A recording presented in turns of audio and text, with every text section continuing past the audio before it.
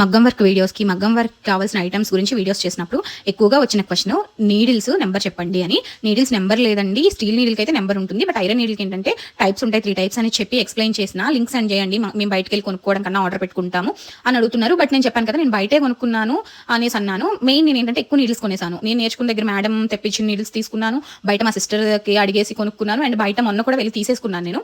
But ఏంటంటే మీరు link అడుగుతున్నారు కాబట్టి ఉన్నంత మాత్రాన నష్టమేం లేదని, మళ్ళీ నేను ఎలాగో వర్క్ చేసుకోవడానికి తర్వాత యూజ్ అవుతాయని బెస్ట్ అన్ని స్క్రోల్ చేసి మీషోలో నీడిల్స్ ఆర్డర్ పెట్టాను ఫైనల్గా. కానీ ఎంత షాక్ అయ్యానంటే ప్యాక్ చూసిన తర్వాత 6 నీడిల్స్ వచ్చాయి. అంటే ఒక 3 టైప్స్ ఉంటాయని చెప్పాను కదా, 3 టైప్స్కి 2 చొప్పున వచ్చాయి అనమాట, 6. అలానే మనం థ్రెడ్ వర్క్ చేసుకోవడానికి మన చేతి కుట్లు సూది ఉంటుంది కదా, అది కూడా యాడ్ చేసి ఇచ్చాడు. దాంతోపాటు ఏ సైజు ఉండాలో ఆ సైజు. ప్లస్ ఇంకో విషయం ఏంటంటే బయట తీసుకుంటే 3 నీడిల్స్ 75 రూపీస్ పడతాయి అనమాట, టైప్ ఒకటి చెప్పిన. కాకపోతే ఇక్కడ ఏంటంటే అంటే ఆర్డర్ పెడితే 100 రూపీస్కి 7 నీడిల్స్ వచ్చాయి టోటల్గా.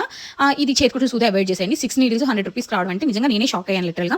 అండ్ వర్క్ చేయడానికి కూడా చాలా కంఫర్ట్గా ఉన్నాయి. ప్లస్ ఈ మెటీరియల్ నీడిల్కి చివర వుడ్ ఫ్రేమ్ ఉంది కదా, అవి నేను బయట లిటరల్గా ట్రై చేసినప్పుడు ఎవ్వరూ అసలు లేవండి, అవుట్ ఆఫ్ స్టాక్ అయినా అవి ఉండవు, బయట వర్కర్స్ అంటే వాళ్ళు రాజస్థాన్ నుంచి తెచ్చుకుంటారు ఇలా చెప్పారనమాట.